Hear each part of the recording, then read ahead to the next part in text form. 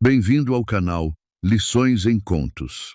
Aqui, cada vida que a gente acompanha deixa uma marca. Hoje, vamos até San Antonio, no Texas, uma cidade onde os outonos são mansos e um rio estreito corta o centro como uma fita de prata.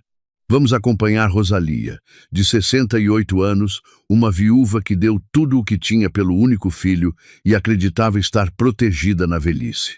O que a nora dela não sabia é que uma simples tubulação rompida ia jogar a verdade bem na frente dos olhos de Rosalia, no pior momento possível para os planos de quem a queria longe. Essa aqui é daquelas histórias que você não esquece. Fiquem! Mas antes de começar, veja se já faz parte da nossa família aqui no canal. E me conta nos comentários de onde você está assistindo, porque isso faz parte da história também. Então vamos lá. Rosalia Mendonça tinha 68 anos. E naquela tarde de quinta-feira deveria estar dentro da igreja da paróquia do bairro, sentada num banco de madeira, ouvindo o coro ensaiar para a missa de aniversário da comunidade. Era um evento que ela esperava o ano inteiro. Tinha passado o vestido cor de marfim na véspera, tinha arrumado o cabelo num coque baixo e prendido os brincos de pérola que o marido lhe dera no aniversário de 15 anos de casados. Estava pronta para sair quando o telefone tocou. Cancelado. Uma tubulação tinha estourado e inundado o salão paroquial. A festa ficava para outro dia. Ela desligou, guardou a bolsa de novo, tirou os sapatos e pensou que ia aproveitar para descansar um pouco. Não imaginava que aquele cano rompido, aquele pequeno acidente sem importância, ia salvá-la de perder absolutamente tudo o que tinha. San Antonio, para quem nunca foi, não é uma cidade de arranha-céus apressados. É uma cidade larga, espalhada, de casas baixas e avenidas longas, com uma comunidade enorme de famílias de origem mexicana que falam espanhol na cozinha e inglês na rua. No Brasil, a gente tem cidades com essa mesma mistura calorosa de gente, só que aqui o sotaque muda de bairro para bairro. Naquela época do ano, fim de outubro, o calor do verão texano já tinha afrouxado. As manhãs vinham frescas. As tardes ficavam mornas, e o céu era daquele azul limpo que faz a gente acreditar que nada de ruim pode acontecer num dia assim. Reparem nisso, porque é sempre num dia bonito que a vida resolve mostrar a cara que estava escondendo. Rosalia chegou em casa por volta das 3 da tarde, 2 horas antes do previsto. A rua estava vazia, o sol ainda batia firme e tudo parecia normal. Ela estacionou o carro velho perto do meio-fio, pegou as chaves e caminhou até o portão. Foi quando viu a neta. Lília estava sentada nos degraus da varanda, o uniforme da escola amassado, os joelhos sujos de terra. Mas o que partiu o coração de Rosalia não foram os joelhos, foi o rosto da menina. Os olhos vermelhos, inchados, a cara molhada de lágrimas frescas, e quando a viu chegar, Lília não correu para abraçá-la, como sempre fazia. Levantou-se de um salto, com uma expressão de puro pavor. "Vó, não!" a menina disse, com a voz embolada, olhando nervosa para a porta da casa. "Vó, a senhora tem que ir embora. Por favor, vá embora antes do papai chegar." Rosalia sentiu o mundo parar. A neta, a criança que ela tinha embalado desde o dia em que nasceu, estava implorando para que ela fosse embora da própria casa. Olha o peso disso. "Lília, o que aconteceu?" Ela se ajoelhou na frente da menina, segurando-a pelos ombros. "Quem te fez chorar? Você se machucou?" Lília balançou a cabeça que não. Mas o medo nos olhos dela era tão real que Rosalia sentiu um arrepio descer pela espinha. A menina olhou para a janela da sala de jantar, depois para a rua, como se esperasse que alguém aparecesse a qualquer instante. "Se a senhora ficar," ela sussurrou, "a mamãe vai ficar muito brava, e o papai também. Eles disseram que hoje a senhora não era para estar aqui. Disseram que tinham que fazer uma coisa importante." Uma coisa importante. As palavras ficaram boiando no ar quente daquela tarde, carregadas de um sentido que Rosalia ainda não entendia, mas que já estava começando a envenenar lá por dentro. Que coisa importante, meu amor. Ela tentou manter a voz calma, mas as mãos tremiam. Lília olhou para ela com aqueles olhos enormes, cheios de lágrimas. E o que disse em seguida deixou o corpo inteiro de Rosalia rígido. Se a senhora prometer não contar para ninguém, a menina murmurou, tão baixo que Rosalia precisou se aproximar. Eu mostro uma coisa, mas a senhora tem que jurar que não vai falar nada, vó. Se a mamãe descobrir que eu contei, ela vai me castigar. Rosalia jurou. Jurou com cada fibra do corpo. Porque viu o terror genuíno no rosto daquela criança e porque alguma coisa dentro dela, algum instinto antigo de sobrevivência, gritava que ela precisava saber o que estava acontecendo naquela casa. Na casa dela. Lilia pegou a mão da avó, a palma pequena suada e trêmula, e a levou para o lado da construção. Ali havia uma janela da sala de jantar que a família sempre deixava entreaberta para o ar circular. As cortinas cor de creme estavam corridas, mas não completamente. Havia um espaço pequeno, o suficiente para enxergar lá dentro. Escuta, sussurrou Lilia, apontando para a janela. Ela está falando com o tio Moisés de novo. Rosalia se aproximou devagar, prendendo a respiração, e então escutou a voz de Soraya, a nora, falando ao telefone. Mas não era a voz que ela conhecia. Não era o tom doce e controlado que a moça usava com ela todos os dias. Era outra coisa. Era gelo puro misturado com veneno. Já te falei que tá tudo saindo perfeito, Moisés, dizia ela, entre risadinhas frias. A velha tá cada vez mais confiante, não desconfia de absolutamente nada. O mundo parou. O coração de Rosalia falhou uma batida inteira. A velha. Estavam falando dela. Em 2 semanas, no máximo, a gente tem tudo pronto, continuou Soraya, e dava para ouvir o som dos passos dela andando de um lado para o outro da sala. O doutor Medina já tem os papéis preparados. A gente só precisa de mais uns episódios que dê para gravar e depois declara ela incapaz. É mais fácil do que a gente imaginava. As pernas de Rosalia quase cederam. Lilia segurou o braço da avó com toda a força, olhando para ela como se pedisse desculpas por estar mostrando a verdade. Incapaz, Rosalia repetiu num sussurro abafado. O que é que isso quer dizer? Eu não sei, disse Lilia com as lágrimas escorrendo pelo rosto. Mas a mamãe falou que depois disso a senhora vai ter que ir morar num lugar de velhinhos e que a casa vai ser só deles. A casa de Rosalia. A casa que ela tinha ajudado a comprar com o último dinheiro que lhe restava no mundo. Ela voltou a olhar pela janela. Soraya seguia falando, completamente alheia ao fato de que havia alguém ali, do outro lado, escutando cada palavra que selava o seu destino. O Miguel não vai dizer nada, continuou a nora, naquele tom que revirava o estômago. Você sabe como ele é. Faz tudo o que eu mando. E ele também está cansado de sustentar ela. Fala que a aposentadoria dele mal dá para os gastos da gente e que ela é um peso. Um peso. O filho dela achava que ela era um peso. De repente, todos os pequenos sinais que Rosalia tinha ignorado durante meses começaram a fazer sentido, os silêncios incômodos. As trocas de olhar entre Miguel e Soraya quando ela entrava num cômodo, a forma como deixaram de incluí-la nas conversas, como a nora tinha passado aos poucos a tratá-la mais como empregada do que como família. Notaram a velocidade com que tudo se encaixou na cabeça dela? Foi como uma chave girando numa fechadura enferrujada. Desde quando você escuta essas conversas? Rosalia perguntou para a neta, tentando manter a voz firme. Faz 3 semanas, respondeu Lilia, limpando as lágrimas com as costas da mão. No começo, eu não entendia do que eles falavam, mas faz uns dias eu escutei o seu nome e fiquei com medo. 3 semanas. Fazia 3 semanas planejando aquilo, talvez mais. E o seu pai? A pergunta queimava na garganta de Rosalia. Seu pai também fala disso? Lilia abaixou os olhos. E aquele silêncio foi toda a resposta de que ela precisava. Aqui vale uma pausa rápida, porque o que Soraya disse a seguir tem um nome jurídico nos Estados Unidos, e é importante para entender o tamanho do perigo. Lá, existe um instrumento legal chamado conservatorship, ou tutela de adulto, que permite a um juiz transferir o controle da vida financeira e até pessoal de alguém a um terceiro, quando essa pessoa é declarada incapaz de cuidar de si mesma.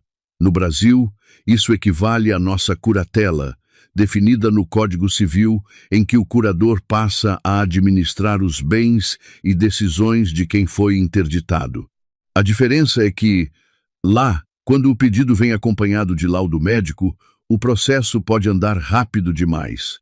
Aqui no Brasil, a gente tem um caminho com mais etapas e perícia oficial. Cada país tem o seu sistema. O que importa é entender. Declarar alguém incapaz é tirar dessa pessoa o direito de decidir sobre o próprio dinheiro, a própria casa, a própria vida. Era exatamente isso que queriam fazer com Rosalia. Soraya continuava falando, confiante, segura de que o plano era perfeito, e Rosalia ficou ali, do outro lado daquela janela, sentindo o mundo desmoronar, porque ela tinha dado tudo por aquela família. Tudo. Cada centavo, cada gota de suor, cada sacrifício. Quando o marido morreu, 20 anos antes, Miguel tinha apenas 15. Rosalia trabalhou turnos dobrados numa fábrica têxtil para que o filho pudesse estudar. E aqui é preciso dizer uma coisa. Uma costureira numa fábrica têxtil dos Estados Unidos não é só alguém que passa o dia debruçada sobre uma máquina. É alguém que aguenta jornadas de 12 horas em pé, no barulho, com prazos apertados de produção, ganhando por peça, sem direito a errar. Foi assim que ela criou o filho. Foi com as mãos rachadas e a coluna destruída que ela pagou cada livro, cada par de sapato, cada mês de faculdade. Quando Miguel se formou e conheceu Soraya, Rosalia ficou tão feliz, achou que o sacrifício tinha valido a pena. E quando o casal pediu ajuda para comprar a casa, ela vendeu o pequeno terreno que o marido tinha deixado. $50.000. A única herança dela, o único patrimônio. Entregou tudo, sem pensar duas vezes. Para o público brasileiro entender o peso disso. $50.000, na cotação de hoje, é dinheiro que daria para comprar um apartamento inteiro numa cidade do interior, ou quitar a casa de muita gente que passou a vida pagando prestação. Não era um troco. Era a vida inteira de uma mulher transformada em ajuda para o filho. Você vai morar com a gente para sempre, mãe, Miguel tinha dito, com lágrimas nos olhos na época. A senhora nunca mais vai ficar sozinha, eu prometo. E agora, 6 anos depois, ela estava escutando os dois planejarem declarar, lá incapaz, roubarem o pouco que lhe restava e trancafiá-la em algum asilo barato. Vó, sussurrou Lília, segurando a mão dela de novo. Por favor, vá embora antes deles voltarem. Eu não quero que aconteça nada de ruim com a senhora. Rosalia olhou para a menina. Aquela criança de 8 anos era a única pessoa naquela casa que ainda a amava. A única que tinha tido a coragem de avisá-la. E naquele momento ela tomou uma decisão. Não ia confrontá-los. Ainda não. Porque, se há uma coisa que 68 anos de vida ensinam, é que a resposta certa não se dá com o sangue quente. Se dá fria, calculada e com provas que ninguém consiga desmentir. Calma, meu anjo, disse ela, acariciando o cabelo da neta. Eu vou embora, mas preciso que você me faça um favor muito grande. Preciso que você continue sendo os meus olhos e os meus ouvidos. Você consegue? A menina assentiu, limpando as lágrimas. Rosalia subiu no carro e foi embora. Mas enquanto dirigia por aquelas ruas que conhecia de cor, alguma coisa ardia dentro dela. Não era tristeza, não ainda. Era algo muito mais perigoso. Era a fúria silenciosa de quem finalmente acordou. Ela dirigiu sem rumo por quase 1 hora, com as mãos apertando o volante até os nós dos dedos ficarem brancos. As palavras de Soraya batiam na cabeça dela como um martelo contra metal. A velha está cada vez mais confiante. Não desconfia de nada. Cada sílaba era uma facada. Cada risadinha que ela lembrava era veneno nas veias. Mas o que mais doía, o que verdadeiramente a destroçava por dentro, era saber que Miguel sabia, o filho dela. O menino que ela carregou no ventre, o menino que ela alimentou com o próprio corpo quando não havia dinheiro nem para o leite, o menino por quem ela teria vendido a própria alma, se fosse preciso. Esse menino agora era um homem que a chamava de peso. Ela acabou parando em frente a uma cafeteria pequena no centro, perto do rio. Um daqueles lugares antigos onde ainda servem o chocolate quente em xícaras grossas de cerâmica. Precisava pensar. Precisava se acalmar antes de fazer alguma bobagem. Entrou e pediu um café, mesmo sabendo que o estômago vazio não ia receber bem. Sentou-se numa mesa do fundo, longe das janelas, e tirou o telefone com as mãos trêmulas. Precisava ligar para alguém, mas para quem?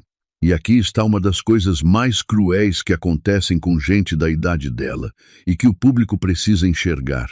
Rosalia quase não tinha mais amigos. Depois que foi morar com Miguel e Soraya, tinha perdido contato com quase todo mundo que conhecia. O casal sempre tinha uma desculpa para que ela não saísse, que estava muito cansada, que o tempo estava ruim, que a Lília precisava dela. Aos poucos, sem que ela percebesse, tinham construído um cerco. Isso não é descuido, é método. O primeiro passo de quem quer dominar a vida de um idoso é cortar essa pessoa do mundo. Quem não tem testemunha, não tem defesa. Então ela se lembrou de Fabiola, uma vizinha de anos atrás, da época em que ainda morava no apartamento pequeno. Tinham sido muito próximas. E embora não se vissem com frequência, Fabiola sempre mandava mensagem no Natal e no aniversário dela. Rosalia procurou o número nos contatos e ligou antes que pudesse se arrepender. Rosalia, a voz soou surpresa, mas calorosa. Ai, amiga, que milagre você me ligar. Como você está? E ali, sentada naquela cafeteria quase vazia, com o telefone colado no ouvido e a xícara esfriando na frente dela, Rosalia desabou. Contou tudo. Cada palavra que tinha escutado, cada plano que Soraya e aquele tal de Moisés estavam tramando, o medo nos olhos de Lília, a traição de Miguel, tudo saiu como uma torrente que ela vinha segurando por tempo demais. Fabiola escutou em silêncio, só interrompendo de vez em quando com murmúrios de incredulidade. Quando Rosalia terminou, houve um silêncio longo do outro lado da linha. E quando Fabiola voltou a falar, a voz dela tinha mudado completamente. Já não era doce nem compassiva. Era dura, firme, cheia de determinação. Escuta bem, disse ela. Você não pode voltar para aquela casa agora, não até a gente ter um plano. Mas, Fabiola, o que é que eu vou fazer? Todo o meu dinheiro foi para aquela casa. Eu não tenho economia. A minha aposentadoria mal dá para os remédios. Por isso mesmo você não pode deixar que te declarem incapaz, respondeu a amiga com urgência. Se fizerem isso, você perde o controle de tudo. Da sua aposentadoria, dos seus documentos, das suas decisões. Te trancam em qualquer lugar horrível e ficam com o pouco que você tem. A gente não vai deixar isso acontecer. O nó na garganta de Rosalia apertou. Eu não sei nem por onde começar. Eu sei, disse Fabiola, e dava para ouvir que ela estava anotando alguma coisa do outro lado. Meu sobrinho é advogado, trabalha justamente com casos de abuso contra idoso e fraude familiar. Me dá umas horas para falar com ele e marcar uma reunião. Enquanto isso, você precisa agir como se nada tivesse acontecido. O quê? O café quase escorregou das mãos de Rosalia. Você quer que eu volte lá e finja que não sei de nada? Exatamente, respondeu Fabiola, firme. Rosalia, se você enfrentar eles agora, vão apressar o plano, vão esconder as provas.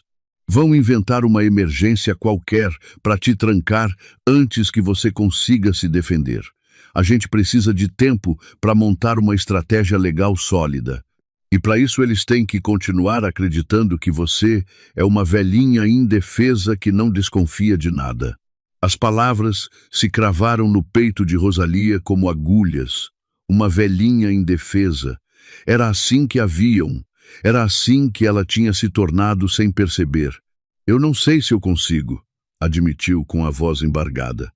Não sei se consigo olhar na cara deles e fingir que está tudo bem. Você consegue, insistiu Fabiola, porque você é mais forte do que eles imaginam. Você já sobreviveu a coisas piores.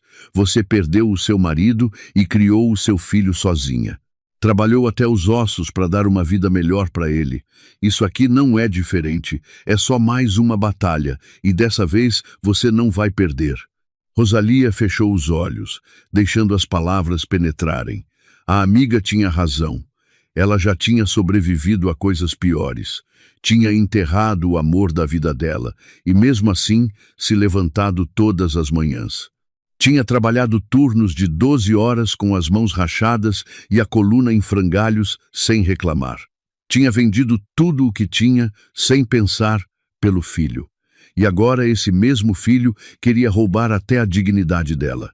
Está bem, disse ela, finalmente, enxugando as lágrimas com um guardanapo de papel. Eu vou fazer. Mas preciso que essa reunião com o seu sobrinho seja logo. Eu não sei quanto tempo eu tenho antes de eles colocarem o plano em ação. Amanhã mesmo, prometeu Fabiola. Eu te mando o endereço por mensagem. E, Rosalia, mais uma coisa. Comece a documentar tudo. Se a Soraya ou o Miguel disserem ou fizerem alguma coisa suspeita, anote com data e hora. E se você conseguir gravar conversas sem que percebam, grave. A gente vai precisar de todas as provas possíveis. Aqui o público precisa de um contexto importante, e ele muda completamente o que vem pela frente. Nos Estados Unidos, as leis de gravação variam de estado para estado. Em alguns, é preciso que todas as pessoas da conversa saibam que estão sendo gravadas. Mas no Texas, vale a regra do consentimento de uma só parte. Isso significa que, se você participa da conversa ou se a gravação é feita dentro da sua própria casa, você pode gravar legalmente, mesmo sem o outro saber. Traduzindo para a nossa realidade. No Brasil, o entendimento dos tribunais também permite que alguém grave a própria conversa para se proteger, especialmente quando há suspeita de crime. Ou seja, nesse ponto, lá e aqui caminham parecido. E foi essa brecha legal que se tornou a maior arma de Rosalia. Guardem essa informação, porque antes do fim vocês vão entender por quê. Eles desligaram e Rosalia ficou ali, sentada, olhando o café frio na xícara. Gravar conversas, documentar, fingir, virar uma espiã dentro da própria casa. A ironia era tão amarga que quase a fez rir. Mas não havia tempo para autopiedade. Se queria sobreviver àquilo, tinha que ser mais inteligente do que eles. Mais astuta, mais paciente. Olhou as horas no telefone. 5:30 da tarde. Miguel chegaria do trabalho a qualquer momento. Soraya esperava que ela estivesse na paróquia até às 6.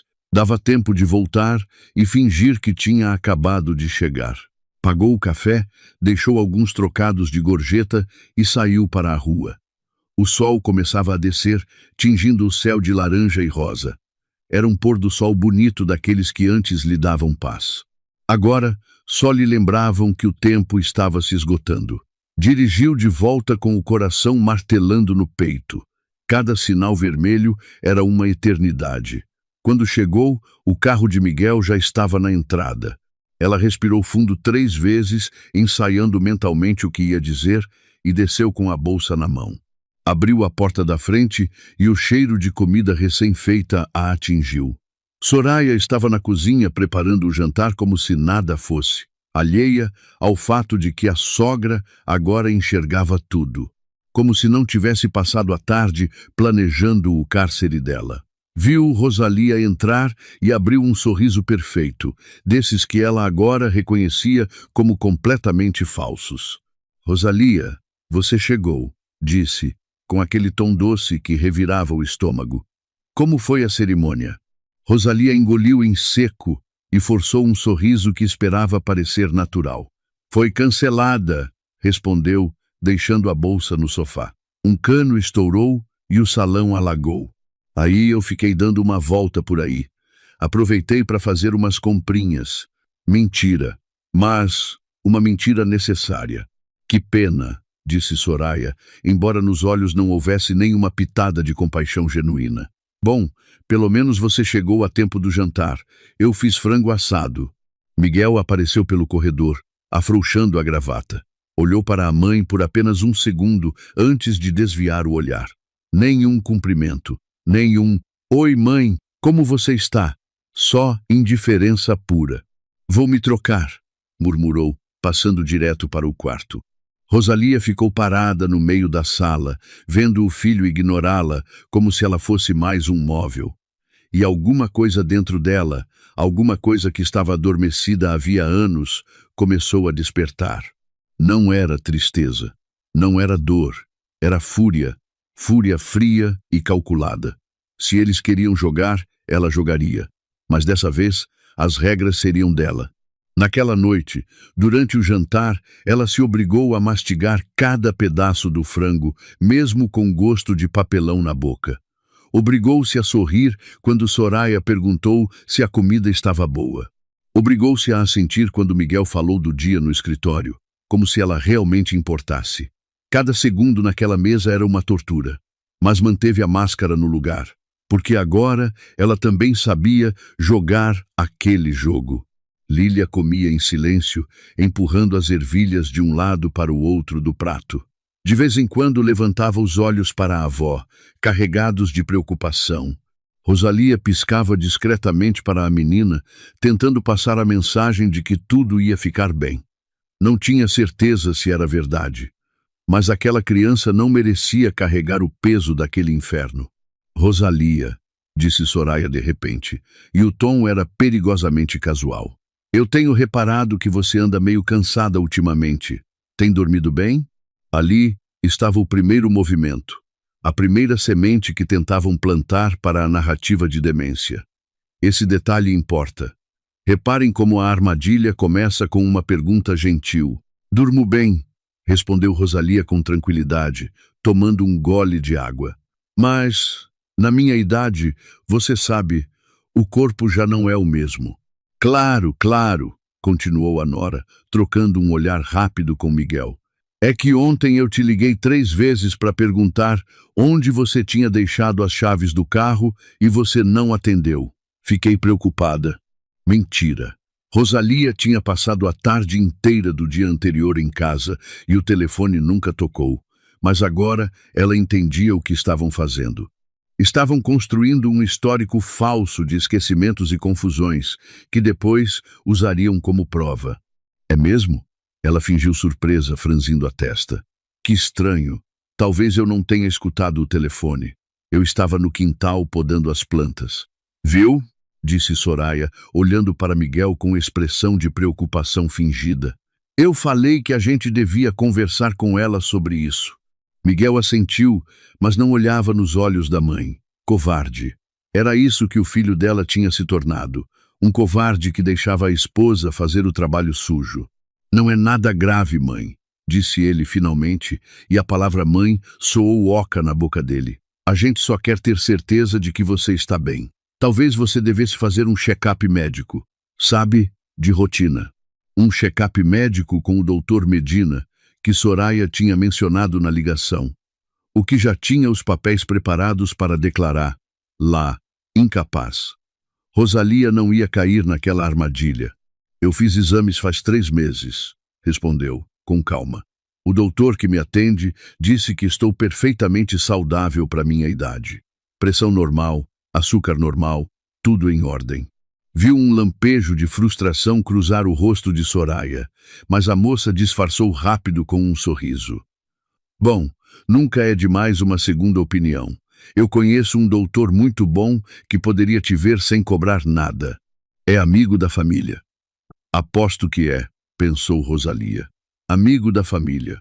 Cúmplice da fraude seria a palavra certa. "Vou pensar", disse, sem se comprometer com nada. "Agora, se vocês me dão licença, estou cansada. Vou dormir cedo." "Elice..." Ela se levantou, levou o prato à pia e caminhou para o quarto, sentindo os olhares cravados nas costas. Lá dentro, fechou a porta com a chave, coisa que nunca tinha feito antes, e se deixou cair na cama com o coração disparado. Pegou o telefone e viu uma mensagem de Fabiola com o endereço do escritório. Avenida da Liberdade, número 445, sala 302. Advogado Elias Romero. Aquele nome virou a tábua de salvação dela. Respondeu confirmando e foi separar todos os papéis importantes que guardava na gaveta da cômoda. Escrituras, recibos de transferência bancária, o documento que comprovava que ela tinha entrado com $50.000 na compra da casa, estava tudo ali, guardado a 7 chaves, porque alguma parte dela, mesmo naquela época, sabia que um dia poderia precisar. Naquela noite ela não conseguiu dormir.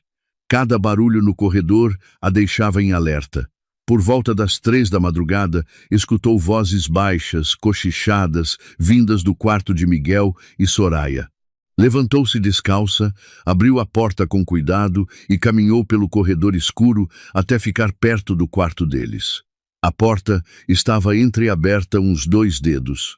A gente não pode se apressar, dizia Soraya com um tom impaciente. O Moisés falou que a gente precisa de pelo menos mais 2 semanas de documentação. Vídeos. Depoimento de vizinho dizendo que ela está confusa, esse tipo de coisa. E se ela perceber? A voz de Miguel soava insegura, fraca. Hoje, no jantar, ela ficou meio na defensiva quando você sugeriu o doutor. Ela não vai perceber, respondeu Soraya com desprezo. É uma velha, Miguel. Confia demais em você. Acha que você nunca faria mal a ela. O silêncio que se seguiu foi pior do que qualquer insulto, porque Miguel não a contradisse. Não defendeu a inteligência da mãe, não defendeu a confiança dela nele. Simplesmente ficou calado. E aquele silêncio era a cumplicidade dele. Amanhã eu começo a gravar com o meu celular, continuou Soraya. Pequenos momentos em que ela pareça confusa. Vou fazer perguntas repetidas. Vou mostrar objetos e dizer que ela me perguntou por eles 3 vezes. Vou montar uma prova tão sólida que nenhum juiz vai duvidar. E depois? Perguntou Miguel. Depois que declararem ela incapaz, a gente manda para o asilo do outro lado da cidade. Custa $300 por mês. É barato e fica longe. Ninguém vai visitar ela lá. E a gente fica com a aposentadoria dela, que é quase $1.000 por mês, mais o que der para vender das coisas dela. $1.000. A aposentadoria completa de Rosalia. O dinheiro que ela ganhou depois de 40 anos trabalhando naquela fábrica que destruiu a coluna e as mãos dela. Eles queriam ficar com cada centavo enquanto a apodreciam em algum lugar imundo. E aqui o público precisa de um dado que faz toda a diferença na história. Nos Estados Unidos, um asilo de baixo custo, desses que cobram $300 por mês, costuma ser o fundo do poço do sistema. Os lugares de qualidade chegam a custar $5, $6, $7.000 mensais, valores que poucas famílias conseguem pagar. Quando alguém é mandado para um asilo barato e isolado, dificilmente recebe visita, dificilmente é fiscalizado. No Brasil, a gente tem uma rede de proteção que muita gente não valoriza. O Estatuto do Idoso prevê punição para quem abandona ou explora financeiramente uma pessoa idosa, e existe o Ministério Público para fiscalizar. Cada país tem o seu sistema, e o nosso, nesse ponto, tem ferramentas fortes. Não deixem passar isso, porque vai ser justamente uma dessas ferramentas que Rosalia vai usar a favor dela. Não sei, Soraya, murmurou Miguel, e por um segundo, só por um maldito segundo, Rosalia pensou que ele fosse recuar. Ela é a minha mãe. E é justamente por isso, respondeu a nora, com frieza. Você devia querer o melhor para ela. Um lugar onde ela seja cuidada, onde não tenha que se preocupar com nada. Pensa nisso como um favor que você está fazendo para ela. Um favor. Chamavam de favor o ato de roubar a liberdade, o dinheiro e a dignidade de Rosalia.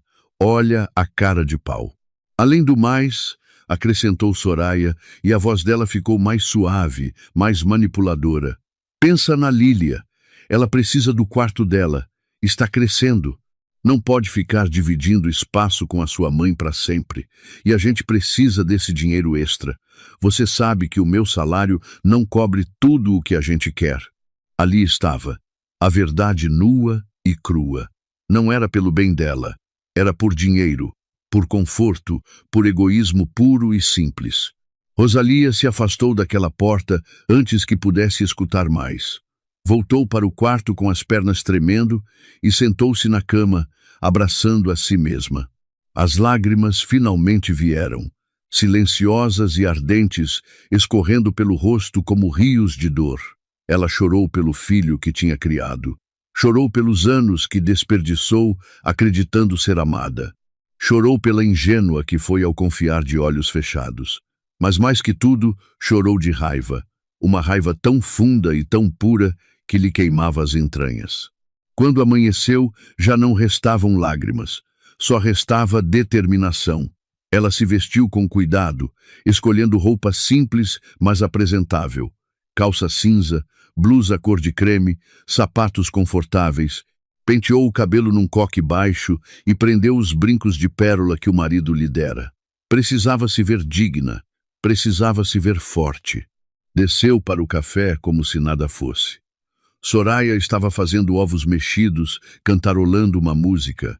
Cumprimentou a sogra com aquele sorriso falso que agora dava vontade de arrancar da cara dela. Bom dia, Rosalia. Dormiu bem? Como um bebê, mentiu, servindo-se de café. Hoje, eu preciso sair cedo. A Fabiola me convidou para tomar um chá.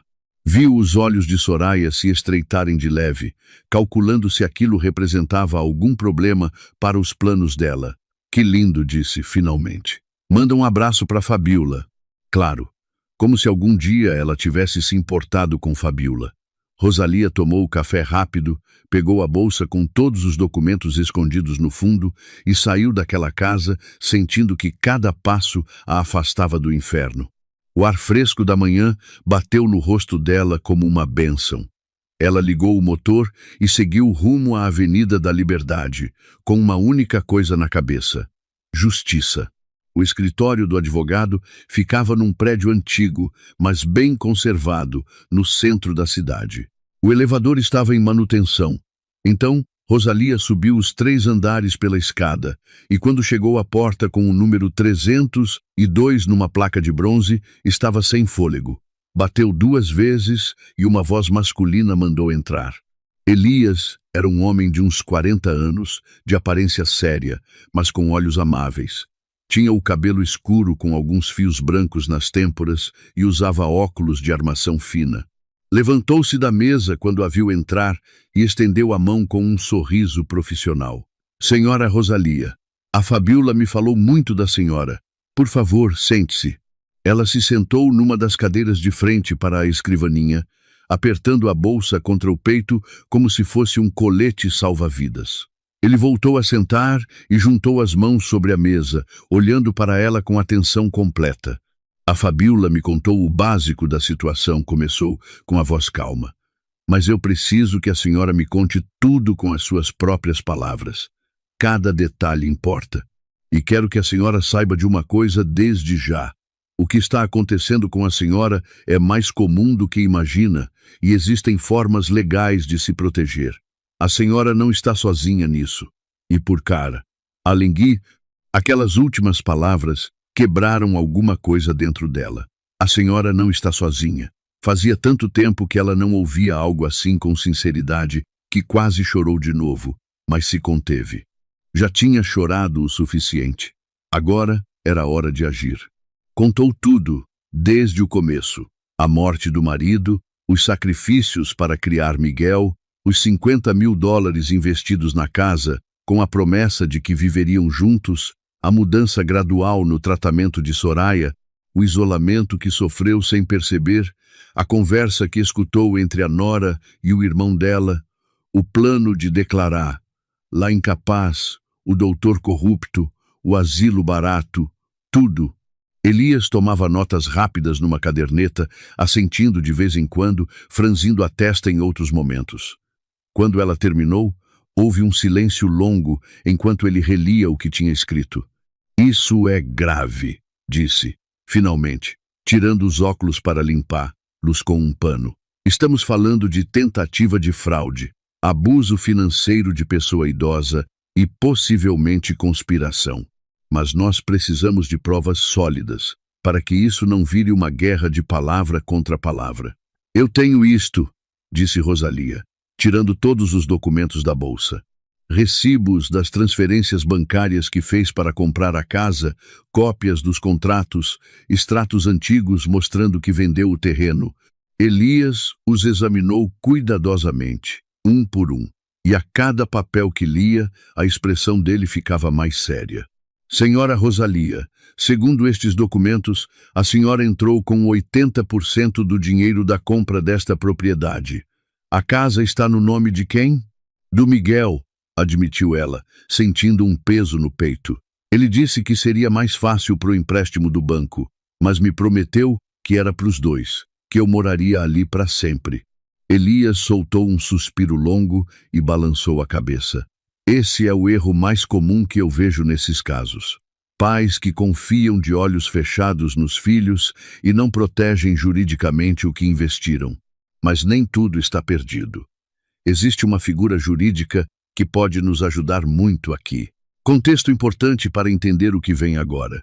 Nos Estados Unidos, quando alguém entrega dinheiro com uma finalidade específica e essa finalidade é quebrada, a pessoa prejudicada pode reivindicar o que se chama de enriquecimento sem causa, ou unjust enrichment. É a ideia de que ninguém pode lucrar às custas de outro sem uma justificativa legítima. No nosso direito, isso se chamaria enriquecimento ilícito e está previsto no Código Civil Brasileiro. Ou seja, lá e aqui existe o mesmo princípio. Rosalia tinha dado aquele dinheiro com uma promessa que não estava sendo cumprida, e isso criava uma dívida não só moral, mas legal. A gente pode argumentar que o seu filho tem uma dívida com a senhora, continuou Elias. Mas mais importante, a gente pode detê-los. A gente consegue? Perguntou Rosalia com urgência. Consegue evitar que me declarem incapaz e me tranquem? Sim. Mas precisamos nos mover rápido e precisamos de mais provas. A senhora mencionou que escutou conversas. Tem alguma gravação? Ela negou com a cabeça, sentindo-se tola. Não me ocorreu gravar, só escutei. Tudo bem, disse Elias com paciência. A partir de agora é o seguinte.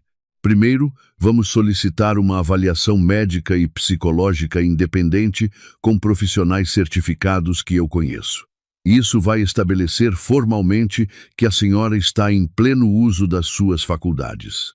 Segundo, sempre que eles falarem dos planos, grave. Aqui no Texas, a senhora pode gravar a própria conversa ou conversas dentro da sua casa. Só áudio já basta. Terceiro, vamos preparar documentos para blindar imediatamente os seus bens. A sua aposentadoria, qualquer conta, tudo precisa estar protegido. Quanto tempo a gente tem? A voz dela soava desesperada até para os próprios ouvidos. Pelo que a senhora me conta, eles mencionaram 2 semanas. Isso nos dá uma margem pequena, mas viável. O processo legal para declarar alguém incapaz não é rápido. Mas, se tiverem um médico corrupto disposto a falsificar laudos, podem tentar acelerar. Por isso, a gente age primeiro. Ele explicou todo o procedimento, os papéis que ela teria que assinar, as avaliações médicas, os depoimentos que precisariam reunir de pessoas que pudessem atestar a lucidez dela. Fabiola seria uma testemunha-chave. E quanto é que vai custar tudo isso? Rosalia perguntou, com o estômago encolhido. A aposentadoria era de $1.000 por mês, e a maior parte ia em remédios e gastos básicos. Elias a olhou com uma expressão que ela não conseguiu decifrar por completo. Havia compaixão ali, mas também outra coisa, determinação. Senhora Rosalia, a minha avó passou por algo parecido faz 10 anos. Os próprios filhos a despojaram de tudo e a deixaram morrer sozinha num asilo horrível. Quando eu descobri, já era tarde demais para ajudá-la. Desde então, eu me especializei nesses casos. A minha tarifa normal é de $200 a hora. Mas com a senhora, a gente vai trabalhar de outro jeito. A senhora paga o que puder agora para cobrir os custos imediatos e o resto a gente acerta quando isso terminar.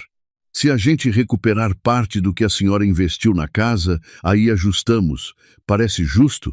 As lágrimas que ela vinha segurando finalmente transbordaram. Aquele homem, um completo estranho, estava lhe oferecendo mais compaixão e justiça do que o próprio filho. Obrigada, sussurrou, enxugando o rosto. O senhor não sabe o quanto isso significa para mim. Eu sei perfeitamente, respondeu ele, com um sorriso triste. Agora vamos trabalhar. A gente tem muito a fazer e pouco tempo. Passaram as 2 horas seguintes revendo cada detalhe do caso. Elias a fez assinar vários documentos, inclusive um que o designava como representante legal dela. Explicou que isso impediria Miguel ou Soraya de tomar decisões legais sobre ela sem o consentimento expresso dela. A partir de agora, disse, enquanto carimbava os papéis, qualquer tentativa deles de declará-la incapaz vai ter que passar por mim primeiro. E pode acreditar, não vai ser fácil. Rosalia saiu daquele escritório se sentindo estranha. Por um lado, tinha medo. Medo do que viria, medo de enfrentar o filho, medo de perder o pouco que lhe restava. Mas, por outro lado, pela primeira vez em meses, sentia algo parecido com esperança. Não estava indefesa, não estava sozinha. Tinha um plano.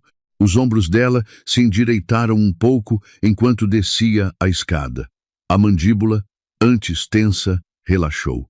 Essa é a postura de quem ainda não venceu, mas já decidiu que vai lutar. Os dias seguintes foram os mais difíceis da vida dela.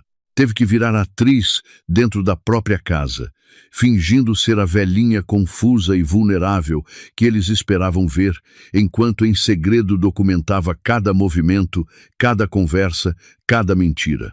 O telefone estava sempre no bolso, pronto para gravar. Os olhos estavam sempre atentos, e o coração, embora destroçado, tinha virado ferro. Soraya intensificou os ataques de forma previsível.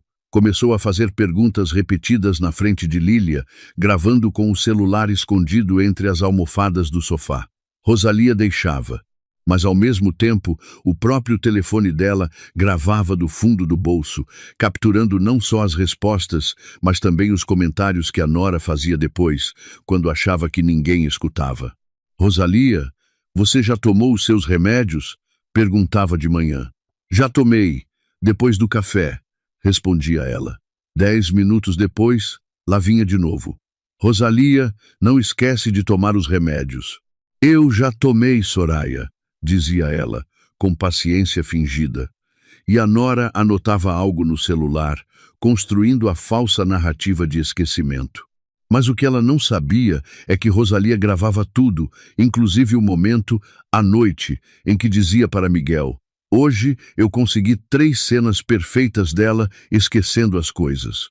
O doutor Medina falou que com isso a gente já quase tem o suficiente. Numa tarde, enquanto Rosalia preparava o almoço, Soraya entrou na cozinha com expressão preocupada e o celular na mão, claramente gravando. Rosalia, você lembra onde deixou as chaves do carro hoje de manhã?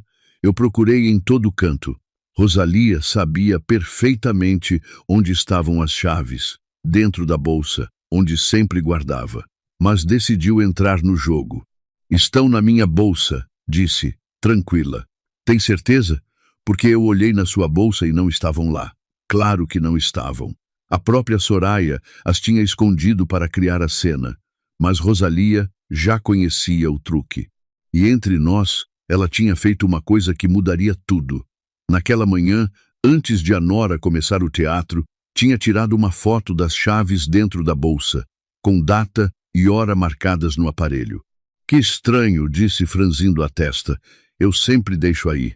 Viu o brilho de satisfação nos olhos de Soraya. A moça achava que tinha conseguido. Seguiu gravando enquanto Rosalia fingia procurar pela cozinha. E quando as chaves finalmente apareceram dentro da geladeira, onde obviamente a própria Soraya as tinha colocado, a expressão dela foi de triunfo absoluto.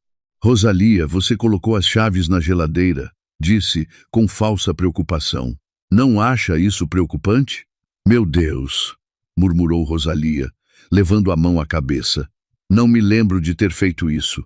A nora saiu da cozinha satisfeita, provavelmente para mandar o vídeo para o tal de Moisés ou para o doutor corrupto. Mas o que ela não viu é que Rosalia tinha gravado tudo desde que ela entrou. E mais importante, tinha a foto das chaves dentro da bolsa, marcada com a hora, muito antes de o teatro começar. Sabem o que isso significa na prática? Significa que cada armadilha que Soraya armava virava, na verdade, uma prova contra ela mesma.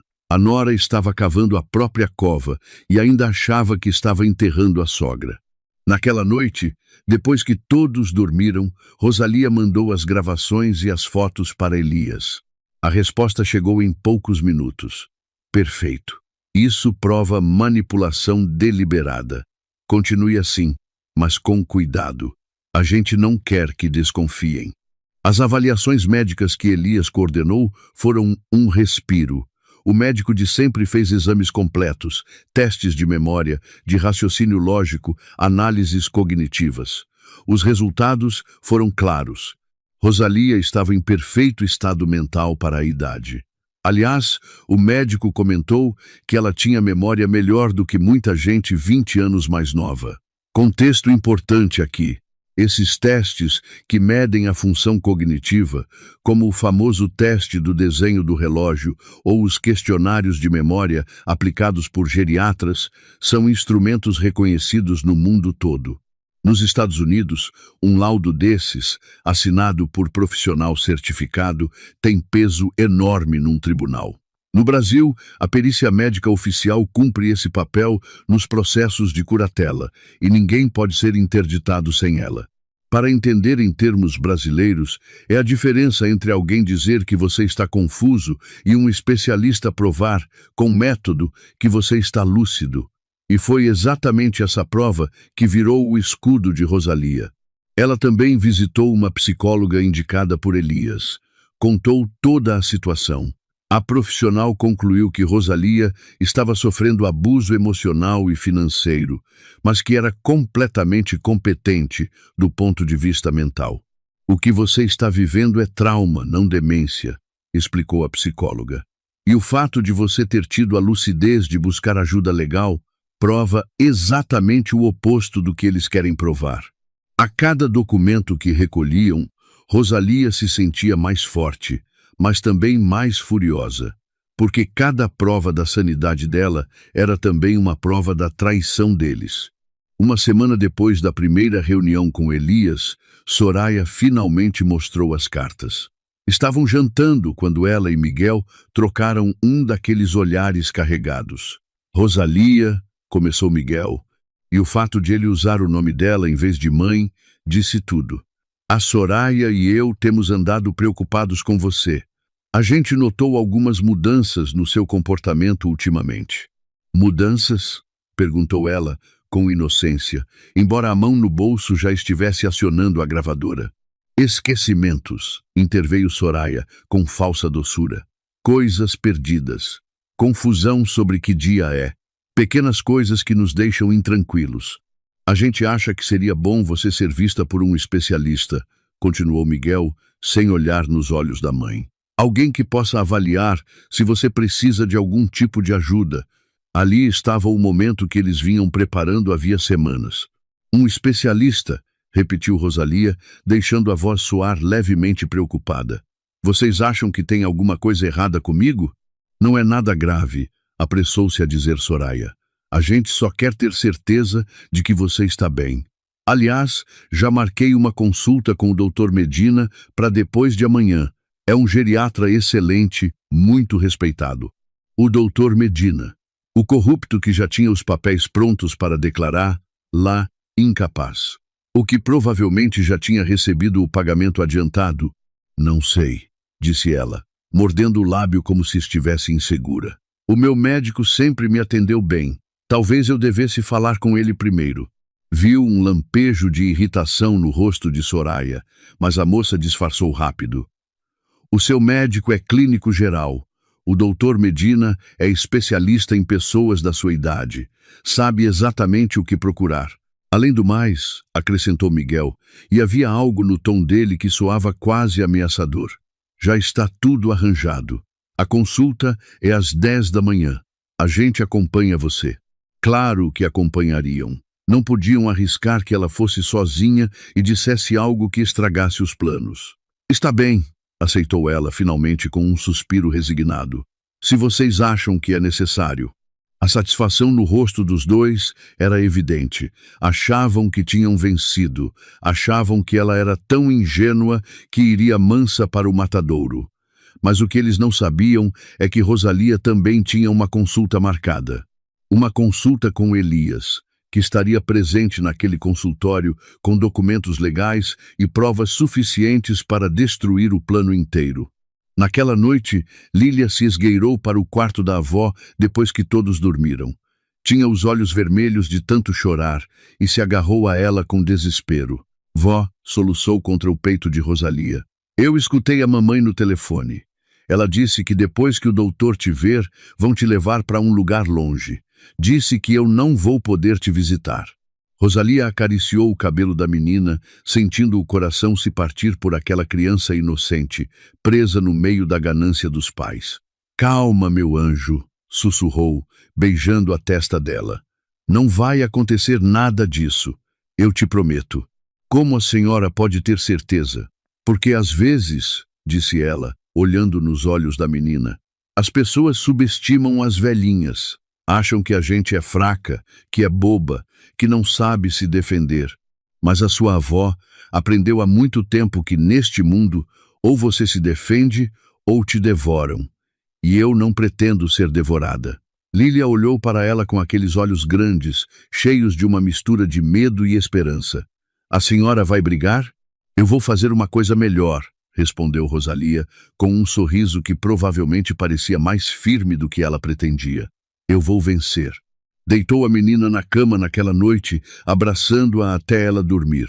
E enquanto escutava a respiração tranquila da neta, pensou em tudo o que estava prestes a acontecer. Em menos de 48 horas, Miguel e Soraya descobririam que tinham cometido o maior erro das vidas deles. Tinham despertado nela algo que dormia havia tempo demais. A manhã da consulta amanheceu cinza e fria, como se o próprio céu soubesse que algo importante estava por acontecer.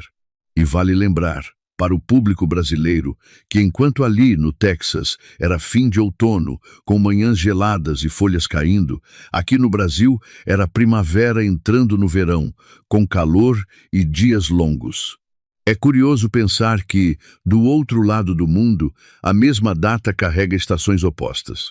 Rosalia se vestiu com cuidado, escolhendo um conjunto sóbrio, mas digno. Calça preta, blusa cor de creme, o suéter de tricô favorito, queria parecer o que era. Uma mulher idosa respeitável, não a velha de mente confusa que eles queriam apresentar.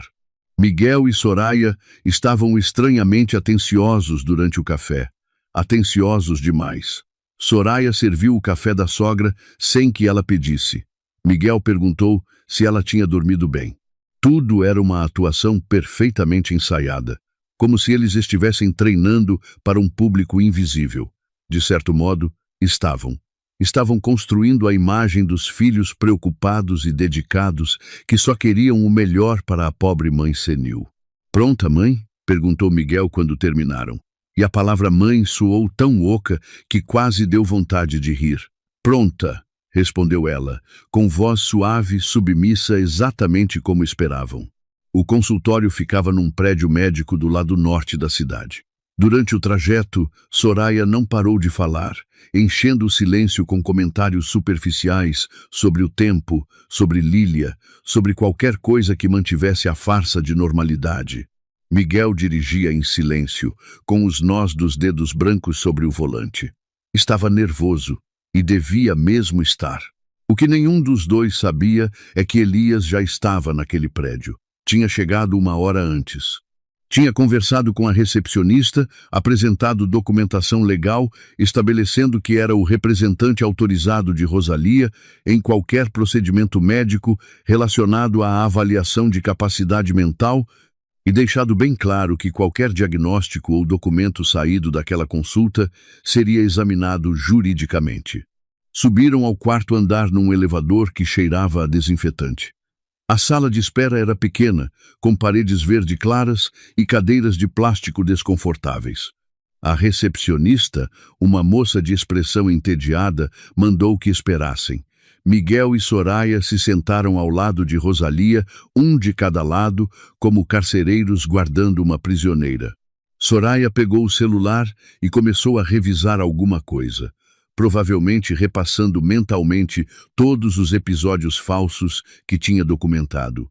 10 minutos depois, a porta do consultório se abriu e saiu um homem de uns 50 anos, baixo, gorducho, com um sorriso oleoso que não chegava aos olhos. Usava um jaleco branco impecável e carregava uma prancheta debaixo do braço, como se aquele pedaço de papel fosse um diploma de honra ao mérito. Era o tipo de homem que ensaiava o sorriso no espelho e mesmo assim errava. "Família Mendonça?" perguntou com voz melosa. Miguel se levantou na hora. "Sim, doutor Medina. Obrigado por nos receber." "Claro, claro", respondeu o homem, fazendo um gesto para que entrassem. "Por favor." Entraram num consultório que tentava parecer aconchegante, mas só conseguia ser impessoal. Havia uma escrivaninha de madeira, diplomas emoldurados nas paredes e uma maca de exame num canto. O doutor sentou-se atrás da mesa e indicou que se acomodassem. "Bem", começou, abrindo uma pasta que já tinha preparada. "Entendo que vocês estão preocupados com a senhora." Olhou o papel fingindo não saber o nome dela. "Rosalía, podem me contar o que observaram?" Soraya se inclinou para a frente com expressão de preocupação tão falsa que dava vontade de não acreditar que alguém pudesse sustentá-la. "Doutor, a gente tem notado mudanças significativas nos últimos meses. Ela esquece coisas o tempo todo, deixa objetos em lugares estranhos. Às vezes, não lembra de conversas que a gente teve no dia anterior." O doutor assentia enquanto escrevia, sem nem olhar para Rosalía, como se ela não estivesse presente, como se fosse um objeto a ser avaliado, não uma pessoa. "Olhem para esse homem. Ele já tinha tomado a decisão antes de ela entrar pela porta. Já tinha recebido o pagamento. Já tinha os documentos prontos." "Compreendo", murmurava ele. "E esses episódios têm piorado recentemente?" "Sim", mentiu Miguel descarado, "cada vez mais frequentes. A gente está com medo de que ela se machuque. Semana passada ela deixou o fogão aceso." Isso era completamente falso. Rosalía nunca tinha deixado o fogão aceso. Mas ali estava o filho dela, inventando incidentes que jamais aconteceram, construindo uma história de incompetência. O doutor finalmente olhou para Rosalía, e os olhos dele eram frios, calculistas. "Senhora Rosalía, como a senhora se sente?" "Eu me sinto bem, doutor", respondeu ela, com voz tranquila. "A senhora lembra que dia é hoje?" "Quinta-feira, 22 de outubro. E pode me dizer onde estamos?" "No seu consultório, no prédio médico do lado norte da cidade." Ele fez mais algumas perguntas, todas desenhadas para parecer uma avaliação legítima. Mas Rosalía via como ele trocava olhares com Soraya, como já escrevia conclusões na caderneta antes de ela terminar de responder. Aquilo era um teatro, uma farsa cruel. "Bem", disse ele, finalmente, fechando a pasta. "Com base no que a família descreve e na minha avaliação preliminar, recomendo que a senhora Rosalía seja submetida a estudos mais aprofundados. É possível que estejamos diante de um declínio cognitivo que exija supervisão constante." Ali estava a armadilha se fechando. Soraya e Miguel trocaram um olhar de satisfação mal disfarçada. "O que isso significa exatamente, doutor?" perguntou Soraya, com falsa ingenuidade. "Significa", respondeu o doutor, tirando uns papéis da gaveta, documentos que claramente já tinha preparados, "que a gente deveria considerar o estabelecimento de uma tutela legal. Alguém que possa tomar decisões médicas e financeiras em nome da senhora Rosalía para a própria proteção dela. Para a própria proteção dela. Que jeito bonito de dizer que queriam roubar a liberdade e o dinheiro de uma mulher. O doutor começou a explicar o processo, os papéis a assinar, os passos legais. Soraya assentia com expressão grave. Miguel olhava para o chão, incapaz de encarar a dimensão do que estava fazendo, covarde até o fim. E então, justo quando o doutor estava prestes a pedir que Rosalia assinasse o primeiro documento, a porta do consultório se abriu. Parem aqui um segundo, porque este é o momento-chave. Elias entrou com passo firme, vestido com um terno impecável cinza chumbo, carregando uma pasta de couro e uma expressão capaz de congelar o inferno. Atrás dele vinha uma mulher de aparência oficial, com uma câmera e equipamento de gravação. "Bom dia", disse Elias, com uma voz que não admitia réplica. "Eu sou o advogado Elias Romero, representante legal da senhora Rosalia. E esta", apontou para a mulher, "é a escrevente, que vai documentar oficialmente esta consulta." O doutor empalideceu. Soraya ficou rígida na cadeira. Miguel finalmente levantou o olhar, confuso e assustado. "O que significa isso?" balbuciou o doutor, tentando recuperar a compostura. "Esta é uma consulta médica privada. Não quando há suspeita de fraude médica e conspiração para cometer abuso financeiro contra a pessoa idosa", respondeu Elias, colocando a pasta sobre a escrivaninha e abrindo-a com movimentos precisos. "Doutor Medina. Ou eu deveria dizer senhor Medina, porque eu tenho aqui documentos que comprovam que a sua licença médica foi suspensa há 3 anos por irregularidades em avaliações geriátricas exatamente como esta." O silêncio que se seguiu foi absoluto. Dava para escutar o próprio coração batendo. Sobre a mesa, a caneta cara do doutor, aquela que ele tinha empurrado na direção de Rosalia minutos antes para a assinatura, continuava ali, parada, esperando uma vítima que não ia mais aparecer. "Isso é ridículo", gaguejou o doutor, mas o suor já começava a brilhar na testa dele. "Ridículo?" Elias tirou uma pasta e começou a espalhar documentos sobre a mesa. "Aqui estão as avaliações médicas legítimas da senhora Rosalia, feitas na semana passada por profissionais certificados e reconhecidos. Ambas concluem que ela está em perfeito estado mental." Pôs mais papéis sobre a mesa. "Também tenho gravações de conversas em que se discute abertamente o plano de declarar a senhora Rosalia incapaz, com o propósito de tomar o controle dos bens e da aposentadoria dela. Gravações que incluem referências específicas ao senhor, doutor e aos documentos que supostamente já tem prontos." Soraya tinha ficado branca como papel. Miguel parecia que ia passar mal. "Isso é um mal-entendido", tentou dizer a nora, com a voz trêmula. "A gente só quer o melhor para Rosalia." Elias a olhou com desprezo puro. "Senhora Soraya, eu tenho gravações da senhora admitindo que planejava trancar a sua sogra num asilo que custa $300 por mês, enquanto ficava com a aposentadoria dela. Tenho provas de manipulação deliberada, incluindo vídeos em que a senhora esconde objetos para depois acusar a senhora Rosalia de tê-los perdido." O consultório tinha virado um túmulo silencioso. Soraya tremia visivelmente, as mãos agarradas à beira da cadeira. Miguel tinha a cabeça entre as mãos, incapaz de olhar para ninguém. O doutor tentava manter uma expressão neutra, mas o pânico nos olhos o entregava, e Rosalia, sentada ali no meio de todos eles, finalmente se permitiu sentir algo parecido com satisfação. As mãos dela, que tinham tremido por semanas, agora repousavam calmas sobre o colo. Reparem nesse detalhe. A mulher que eles queriam pintar como descontrolada era a única pessoa serena naquela sala. "Eu não entendo", murmurou Miguel, levantando o olhar para a mãe pela primeira vez, e nos olhos dele havia algo que poderia ser confusão genuína. "Mãe, você sabia de tudo isso?" A palavra mãe soou diferente dessa vez. Havia medo nela, havia culpa.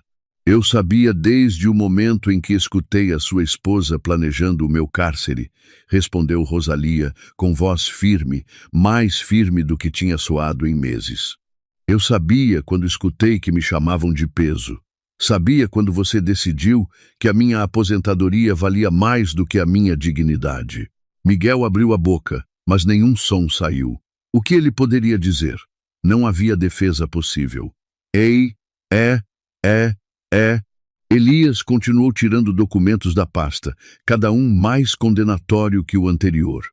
Aqui estão os registros de ligações entre a senhora Soraya e o irmão dela, Moisés, discutindo os detalhes da fraude. Temos as transferências bancárias que a senhora Rosalia fez há 6 anos, provando que ela entrou com $50.000 na compra da casa onde mora atualmente. E temos depoimentos de vizinhos que declaram ter visto a senhora Rosalia em perfeito estado mental, ativa, lúcida, sem nenhum sinal de declínio. Cada palavra era uma martelada. Doutor Medina, continuou Elias, virando-se para o médico corrupto, o senhor tem 2 opções. Pode admitir agora mesmo que esta avaliação era fraudulenta e cooperar com as autoridades. Ou eu apresento toda essa prova ao Conselho Médico e ao Ministério Público e, nesse caso, além de perder definitivamente a licença, o senhor enfrenta acusações criminais por fraude, conspiração e abuso de pessoa idosa. O que o senhor prefere? O doutor se desmanchou como um castelo de cartas. Os ombros afundaram, o rosto se decompôs e, por um momento, ele pareceu 10 anos mais velho. Eu só precisava do dinheiro, murmurou, com a voz quebrada. Não pensei que fosse tão grave. Eles me disseram que era só um trâmite, que a senhora ia ser melhor cuidada. Quanto pagaram ao senhor? Perguntou Elias, sem um pingo de compaixão. $5.000, admitiu o doutor, sem levantar o olhar. 2.000 adiantados. 3.000 quando eu assinasse os papéis de incapacidade. $5.000. Esse era o preço da liberdade de Rosalia para aquele homem. Menos do que ela tinha investido na educação do filho. Elias se virou para Miguel e Soraya. E vocês também têm 2 opções. A gente pode resolver isso legalmente aqui e agora, com consequências civis, mas sem acusação criminal. Ou eu levo tudo ao Ministério Público e deixo que vocês enfrentem as consequências completas de tentativa de fraude, conspiração e abuso financeiro de pessoa idosa. Em alguns lugares, isso pode significar anos de prisão. E aqui o público precisa entender uma coisa que vale para os 2 lados do mundo. Tanto nos Estados Unidos quanto no Brasil, o abuso financeiro contra idoso é levado a sério. Lá, é crime estadual e federal. No nosso direito, o Estatuto do Idoso prevê pena de prisão para quem se apropria de bens, proventos ou pensão de uma pessoa idosa. Quem é do Brasil vai reconhecer isso como uma das proteções mais importantes que a gente tem. Cada país tem o seu sistema e o nosso, nessa hora, não fica devendo nada a ninguém. Não, sussurrou Soraya, e pela primeira vez a máscara de controle perfeito desmoronou de vez. Não, por favor. A gente tem uma filha. Vocês não podem fazer isso com a gente. Não posso? A voz de Elias era gelo puro. Vocês iam trancar esta mulher num asilo de 5ª categoria e roubar cada centavo dela. E agora me pedem compaixão? Miguel, disse Rosalia, finalmente. E o filho ergueu o olhar para ela com olhos vidrados. Olhe para mim quando eu falo com você. Ele obedeceu e ela viu as lágrimas começarem a se formar. Tarde demais para lágrimas. Eu te dei tudo, continuou ela. E a voz não tremia. Deveria ter tremido. Deveria ter se quebrado. Mas não. Trabalhei até destruir o meu corpo para que você tivesse tudo. Vendi a casa onde você foi feliz. Vendi o último pedaço de terra que o seu pai me deixou.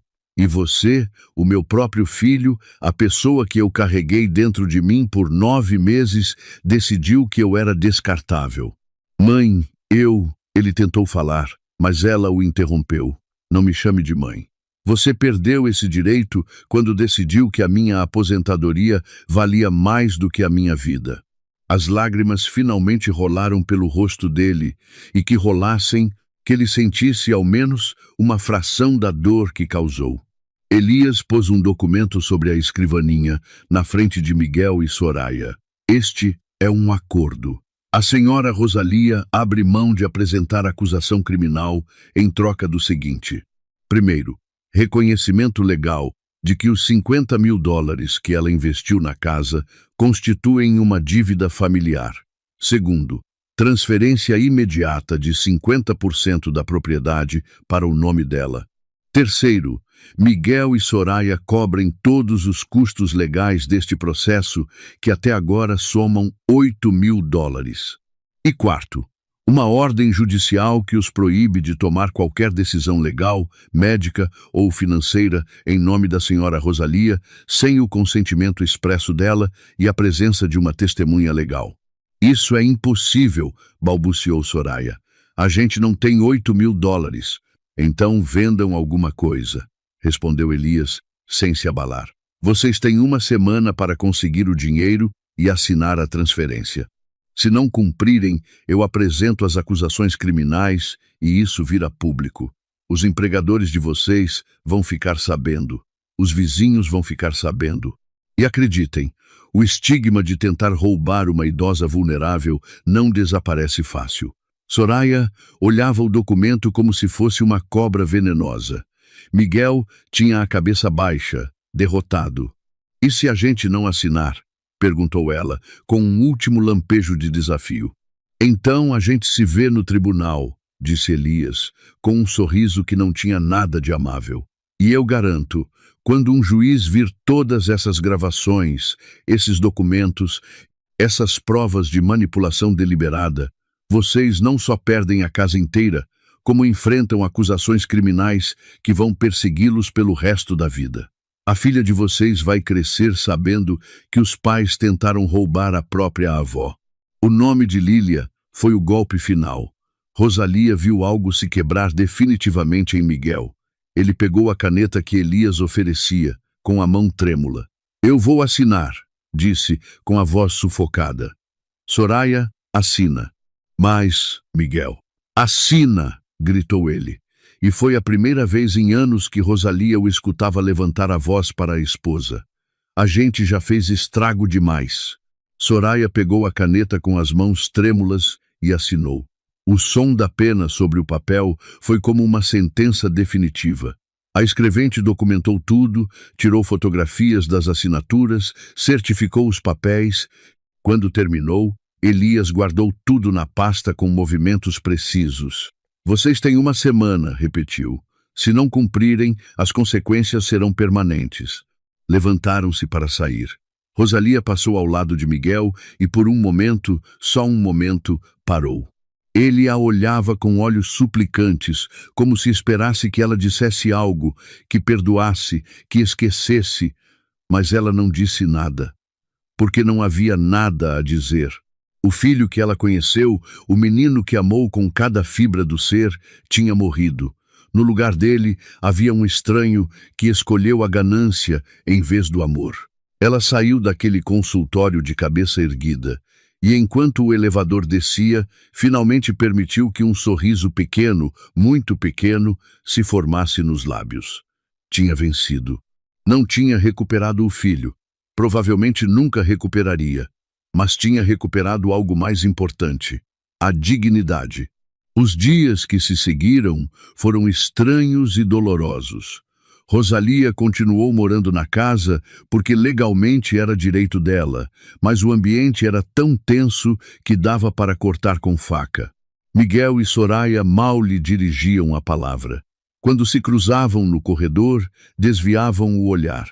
Durante as refeições, o silêncio era absoluto, quebrado só pelo som dos talheres. Era como viver com fantasmas que a culpavam por ter descoberto a traição deles. Soraya tinha mudado de cima a baixo. Já não havia sorrisos falsos nem perguntas doces. O rosto verdadeiro dela tinha ficado exposto e era amargo, ressentido, cheio de um ódio que ela já nem tentava disfarçar. Olhava para Rosalia como se a sogra tivesse arruinado a vida dela. A ironia era tão profunda que quase doía. Miguel, por sua vez, parecia um homem destroçado. Tinha perdido peso, tinha olheiras fundas, e Rosalia o flagrava olhando para ela de longe com uma expressão que poderia ser arrependimento. Mas ele nunca se aproximou. Nunca disse, me perdoa. Só existia naquela casa como uma sombra do que um dia foi o filho dela. A única luz naquela escuridão era Lília. A menina vinha ao quarto da avó todas as noites, se aninhava ao lado dela e a abraçava como se tivesse medo de que ela desaparecesse. Rosalia lia histórias, acariciava o cabelo dela, prometia que tudo ficaria bem. Vó, a menina perguntou uma noite enquanto olhavam o teto do quarto. Por que a mamãe e o papai estão tão bravos? Porque eu fiz uma coisa que eles não esperavam, respondeu Rosalia, escolhendo as palavras com cuidado. Eu me defendi. Isso é errado? Não, meu amor. Se defender nunca é errado, mas às vezes, quando você se defende das pessoas que ama, dói mais. A menina processou aquilo em silêncio, a mãozinha apertando a da avó. A senhora ainda ama o papai? A pergunta acertou Rosalia como um soco. Ela amava Miguel. O menino que ele foi, sim, amaria sempre. Mas o homem em que ele se transformou, o homem que conspirou para trancá-la e roubá-la, esse era um estranho. Eu amo o que ele foi, respondeu honestamente. Mas não sei se amo o que ele escolheu ser. Passou uma semana exata desde a confrontação no consultório. Elias ligou cedo, com voz séria. Rosalia, os documentos estão prontos. O Miguel e a Soraya cumpriram. Venderam o carro dela e pegaram um empréstimo para juntar os $8.000. A transferência da propriedade está processada. Oficialmente, você é dona de 50% daquela casa. Ela deveria ter se sentido vitoriosa. Deveria ter comemorado, mas só sentia um vazio profundo no peito. E agora? Perguntou com voz cansada. Agora você tem opções. Pode ficar aí, é seu direito. Pode forçar a venda da propriedade e dividir o valor, ou pode negociar a sua saída com compensação. Você decide. Naquela tarde, Rosalia se sentou no quintal que ela mesma tinha plantado anos antes. As rosas que cultivou com tanto cuidado estavam floridas, alheias ao caos humano que acontecia dentro daquelas paredes. E enquanto as olhava, tomou uma decisão. Não queria ficar naquela casa. Não queria viver cercada de ressentimento e silêncio. Não queria que Lília crescesse no meio daquela tensão tóxica.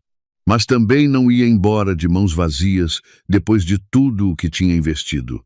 Pediu a Elias que arranjasse uma última reunião com Miguel e Soraya para fechar aquele capítulo da vida dela. A reunião foi na sala de estar, numa tarde chuvosa que parecia saída de um romance triste. Elias estava presente como mediador.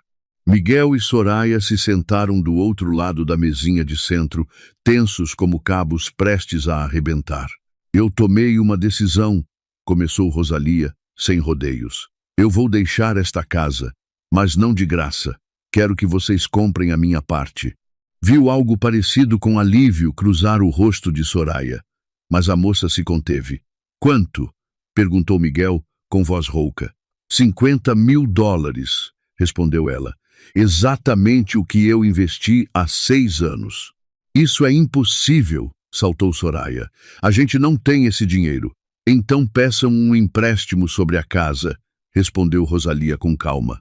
Vocês têm 6 meses para reunir o dinheiro. Enquanto isso, eu me mudo. Mas, se não cumprirem nesse prazo, eu forço a venda da propriedade inteira e a gente divide tudo pela metade. E acreditem, no mercado de hoje, esta casa vale bem mais. Miguel passou as mãos pelo rosto, exausto. Por que 6 meses? Por que não simplesmente vender a casa agora e dividir? Por quê? Disse ela, olhando diretamente nos olhos dele pela primeira vez em dias. Porque eu ainda me lembro de que um dia você foi o meu filho. E porque a Lília merece um lar estável. Mas isto é a última coisa que eu faço por vocês. Depois disso, vocês não me devem nada e eu não devo nada a vocês. Houve um silêncio longo. Elias colocou os documentos sobre a mesa, explicando os termos, as cláusulas, as consequências do descumprimento. Miguel e Soraya leram com expressões sombrias. "E onde você vai morar?" perguntou Miguel de repente, e havia algo genuíno na preocupação dele que pegou Rosalia de surpresa. "Encontrei um apartamento pequeno", respondeu ela. "A Fabiola me ajudou a procurar. Tem um quarto, uma cozinha. É perto da praça onde eu costumava caminhar quando você era criança. É suficiente para mim." "Mãe", começou Miguel, e a voz dele se quebrou. "Eu nunca quis, eu não sabia que ia chegar tão longe." "Mas chegou", interrompeu ela, "e você permitiu que chegasse. Não foi você quem planejou, Miguel. Mas também não foi você quem deteve, e isso é igualmente grave." Ele abaixou o olhar, incapaz de contradizê-la. Assinaram os documentos. Cada assinatura era uma despedida silenciosa. Quando terminou, Rosalia se levantou para sair, mas, antes de deixar a sala, virou-se uma última vez. "Soraya", disse, e a moça ergueu o olhar defensiva. "Você conseguiu o que queria. A casa vai ser toda sua daqui a 6 meses. Mas quero que você entenda uma coisa. Você ganhou uma casa, mas perdeu muito mais. Perdeu a chance de a sua filha crescer conhecendo a avó. Perdeu o respeito de qualquer pessoa que souber o que você tentou fazer. E perdeu a possibilidade de olhar nos olhos da sua filha sem vergonha, quando ela tiver idade para entender." Soraya não respondeu, mas Rosalia viu as mãos dela se fecharem em punhos sobre o colo. E Miguel continuou, virando-se para o filho. "Você perdeu uma coisa que nunca vai poder recuperar. Você perdeu a sua mãe. Não porque eu morri, mas porque você escolheu me matar em vida. E eu espero sinceramente que essa escolha não te persiga toda a noite quando você fechar os olhos." Saiu daquela casa sem olhar para trás. Elias a acompanhou até o carro e, antes de ela entrar, pôs a mão no ombro dela. "A senhora fez a coisa certa", disse com firmeza. "Não parece a coisa certa", admitiu ela com voz cansada. "Nunca parece", respondeu ele. "Mas foi." Rosalia dirigiu até o novo apartamento. Aquele lugar pequeno, mas dela, onde ninguém poderia traí-la, porque ninguém teria o poder de fazê-lo. E naquela noite, sozinha na cama nova, na vida nova, finalmente deixou toda a dor sair. Chorou pelo filho que perdeu, chorou pelos anos desperdiçados, chorou pela família que achou que tinha e que se revelou uma ilusão. Mas quando amanheceu, levantou-se, vestiu-se, preparou um café e olhou pela janela, para um futuro incerto, mas finalmente seu. Passaram-se 4 meses desde que ela deixou aquela casa. 4 meses em que aprendeu a viver sozinha de novo, a redescobrir quem era sem o peso das expectativas familiares sobre os ombros. O apartamento pequeno virou refúgio. Ela pintou as paredes de uma cor clara, pôs cortinas cor de marfim que deixavam o sol entrar e, aos poucos, foi enchendo o espaço de coisas que a faziam feliz. Plantas na sacada, fotografias antigas de quando o marido ainda vivia, livros que nunca tinha tido tempo de ler. Fabiola a visitava 2 vezes por semana. Tomavam café na pequena sala, conversavam sobre tudo e sobre nada, e a amiga nunca a fazia se sentir um peso. Tinha ajudado Rosalia a conseguir um trabalho voluntário na biblioteca comunitária, organizando livros e ajudando as crianças com a lição de casa. Não pagava muito, mas ela não fazia pelo dinheiro. Fazia porque a fazia se sentir útil de novo. Porque a lembrava de que ainda tinha algo a oferecer ao mundo. E aqui vale uma observação que toca o público brasileiro de perto. O trabalho voluntário em bibliotecas e centros comunitários é uma tradição muito forte nos Estados Unidos. Muita gente da idade de Rosalia encontra ali um novo propósito depois da aposentadoria. No Brasil, a gente tem uma versão muito nossa disso, que é o calor das redes de apoio. A vizinha que ajuda, a igreja que acolhe, o grupo da terceira idade no centro de saúde, os agentes comunitários que batem na porta. Cada país tem o seu jeito de cuidar de quem envelhece, e o nosso tem um afeto que poucos lugares no mundo conseguem reproduzir. A aposentadoria de $1.000 dava perfeitamente para o aluguel, os remédios, a comida e ainda sobrava um pouco para guardar. Era irônico. Soraya e Miguel tinham querido roubar tudo aquilo, e no fim se revelou que ela não precisava de tanto para ser feliz. Só precisava de paz, só precisava de dignidade.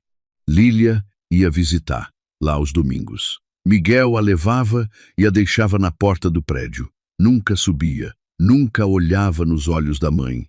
Só esperava no carro até a menina entrar e depois ia embora. Lília passava o dia com a avó. Assavam biscoitos, jogavam cartas, viam filmes antigos. E nesses momentos, nessa felicidade simples, Rosalia encontrava algo parecido com cura. A mamãe está mais calada agora, contou Lília num domingo, enquanto decoravam biscoitos com glacê. Ela não fala mais tanto no telefone com o tio Moisés. E o seu pai? Perguntou Rosalia, embora não tivesse certeza de querer saber a resposta. O papai trabalha muito, quase nunca está em casa. Quando está, ele senta sozinho no quintal e fica olhando as rosas que a senhora plantou. Aquela imagem doeu mais do que ela esperava. Miguel sozinho, olhando para o que ela tinha construído, provavelmente percebendo tarde demais o que perdeu. O 5º mês chegou com novidades. Elias ligou numa tarde. Rosalia, o Miguel, ligou para o meu escritório. Disse que eles têm o dinheiro. Querem fechar o negócio. O coração dela deu um salto. $50.000. Dinheiro que poderia investir, que poderia lhe dar segurança real para a velhice. Mas também significava o fim definitivo. Significava que, oficialmente, ela já não teria nenhuma ligação com aquela família, além de ser a avó de Lília. A reunião final foi no escritório de Elias, uma semana depois. Era uma tarde cinzenta. Miguel entrou primeiro, sozinho. Soraya não veio, e isso disse tudo. Ela não tinha coragem de encará-la de novo. O filho estava com aparência terrível, tinha perdido mais peso, o rosto abatido, e quando viu a mãe, algo nos olhos dele se quebrou. Mas ele se manteve em pé, firme, como quem cumpre uma sentença. Elias conduziu tudo profissionalmente. Os documentos, as transferências, as assinaturas, $50.000 foram depositados na conta de Rosalia. A casa ficava inteiramente no nome de Miguel. Todos os vínculos legais entre eles eram cortados, exceto os relacionados a Lília. Quando tudo estava assinado e certificado, Elias se desculpou e saiu da sala para dar privacidade a eles. Miguel e Rosalia ficaram ali, sentados naquele escritório que cheirava a papel velho e café frio, sem saber o que dizer. "Mãe", começou ele finalmente, e a voz era pura dor. "Eu não espero que você me perdoe. Eu não mereço o seu perdão, mas preciso que você saiba que eu me odeio todos os dias pelo que eu fiz, pelo que eu deixei acontecer." "Você não se odeia o suficiente", respondeu ela com frieza. "Se você se odiasse de verdade, teria feito alguma coisa antes. Teria detido a Soraya antes que ela chegasse tão longe." "Você tem razão", admitiu ele, com as lágrimas escorrendo. "Eu fui um covarde. Continuo sendo um covarde. Mas quero que você saiba uma coisa. Esse dinheiro que a gente acabou de te dar não é empréstimo do banco. É o meu fundo de aposentadoria. Tudo o que eu tinha guardado em 15 anos. Eu gastei tudo para te pagar." Rosalia ficou em silêncio, processando aquela informação.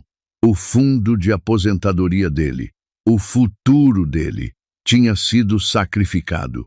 E aqui, o público brasileiro precisa entender o peso disso.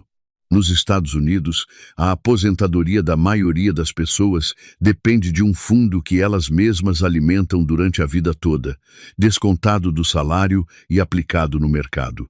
Não existe lá um sistema público amplo como o nosso. Para situar quem é daqui, o equivalente seria alguém esvaziar toda a poupança da vida, sacar tudo o que juntou para a velhice e entregar de uma vez. No Brasil, Por mais que a gente reclame, ainda temos o INSS, uma rede pública que ampara quem contribuiu. Lá, quem perde o fundo de aposentadoria, perde o chão. Foi exatamente isso que Miguel fez. A Soraya não sabe, continuou ele. Ela acha que a gente conseguiu um empréstimo no banco, mas não foi assim. Eu usei todo o meu dinheiro porque era a única coisa que eu podia fazer para começar a pagar pelo que eu te fiz. E o que você quer que eu diga? Perguntou ela, com voz cansada. Que agora está tudo bem? Que eu te perdoo porque você sacrificou o seu futuro? Não, ele balançou a cabeça.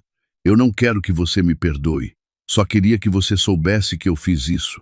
Que talvez um dia, quando eu for velho e estiver sozinho, você possa pensar que pelo menos eu tentei fazer alguma coisa certa. Eles se olharam em silêncio. Rosalia viu o menino que ele foi naqueles olhos lacrimejantes. Viu o jovem que se formou graças aos sacrifícios dela. Viu o homem que se casou cheio de sonhos. E viu o homem quebrado que estava na frente dela agora, pagando o preço das próprias escolhas. Miguel, disse ela finalmente, eu não sei se um dia vou conseguir te perdoar completamente. Não sei se vou conseguir esquecer o que eu escutei, o que eu senti quando descobri que o meu próprio filho queria se livrar de mim como se eu fosse lixo. Mas vou te dizer uma coisa, e escuta bem, porque é a última coisa que eu vou te dizer sobre esse assunto. Ele assentiu, esperando. Você escolheu a Soraya em vez de mim. Escolheu o conforto em vez da lealdade. Escolheu o dinheiro em vez do amor. E agora você tem que viver com essas escolhas. Mas a Lília não tem que pagar pelos seus erros. Então eu vou te pedir uma coisa. Quando aquela menina crescer, quando ela tiver idade para entender o que aconteceu, conte a verdade. Não me pinte como vilã. Não invente desculpa. Diga exatamente o que você fez e por que foi errado. Porque, se você não fizer isso, se você mentir para ela, então tudo isso não vai ter servido para nada. Eu prometo, ele sussurrou, com a voz quebrada. As suas promessas já não significam muita coisa para mim, respondeu ela, levantando-se. Mas é tudo o que eu posso te pedir. Saiu daquele escritório sem se despedir, sem abraçá-lo, sem lhe dar o consolo que ele provavelmente buscava, porque, naquele momento, ela não era a mãe dele. Era simplesmente uma mulher que tinha aprendido tarde, mas finalmente que amar a si mesma não era egoísmo, era sobrevivência. 2 meses depois, num domingo de tarde, Lília e Rosalia estavam na praça dando milho aos pombos quando a menina disse algo que a deixou gelada. Vó, o papai e a mamãe vão se separar. Rosalia olhou para ela, surpresa. Como você sabe? Eu escutei ontem à noite. O papai falou para a mamãe que não conseguia mais viver com alguém que tinha transformado ele num monstro. A mamãe gritou muito. Disse que a culpa era sua, que a senhora tinha destruído a família dela. Rosalia deveria ter se sentido culpada. Deveria ter sentido alguma responsabilidade, mas não sentiu nada disso. Só sentiu uma calma profunda, porque não tinha sido ela quem destruiu aquela família. Tinha sido a própria ganância deles, a própria crueldade, a própria incapacidade de enxergar que o amor verdadeiro não tem preço. E aqui está a divisão dos bens num divórcio, que merece um comentário, porque toca a vida de muita gente que assiste. Em vários estados americanos, e o Texas é um deles, vale o regime de bens comuns adquiridos no casamento, em que aquilo que o casal junta durante a união é dividido pela metade na separação. No Brasil, isso se chamaria comunhão parcial de bens, que é o regime mais comum entre a gente. Quem é do Brasil vai reconhecer isso na hora. A diferença é mais de nome do que de conteúdo. No fundo, lá e aqui, a lei tenta garantir que ninguém saia da relação com tudo, enquanto o outro fica sem nada. E você, o que acha? Rosalia perguntou para a neta. A menina ficou quieta um momento, olhando os pombos bicarem as migalhas. Eu acho que a senhora fez bem, vó, disse finalmente. Eu acho que, se alguém tenta te machucar, está certo se defender, mesmo que seja a sua própria família. Rosalia a abraçou forte, aquela criança sábia num corpo pequeno, e pensou que talvez, só talvez, alguma coisa boa tivesse saído de tudo aquilo. Lília tinha aprendido uma lição que ela própria aprendeu tarde demais, que o amor próprio não é negociável, que a dignidade não tem preço, e que, às vezes, a família que te machuca não merece a sua lealdade. Enquanto caminhavam de volta para a casa de mãos dadas, Rosalia olhou para o céu que começava a escurecer. Não sabia o que o futuro lhe reservava. Não sabia se Miguel e ela um dia teriam algo parecido com uma relação de novo. Não sabia se Soraya aprenderia algo de tudo aquilo ou se a odiaria para sempre. Mas sabia de uma coisa com certeza. Tinha sobrevivido. Tinha se defendido e tinha recuperado o mais importante, a liberdade, a dignidade, a vida.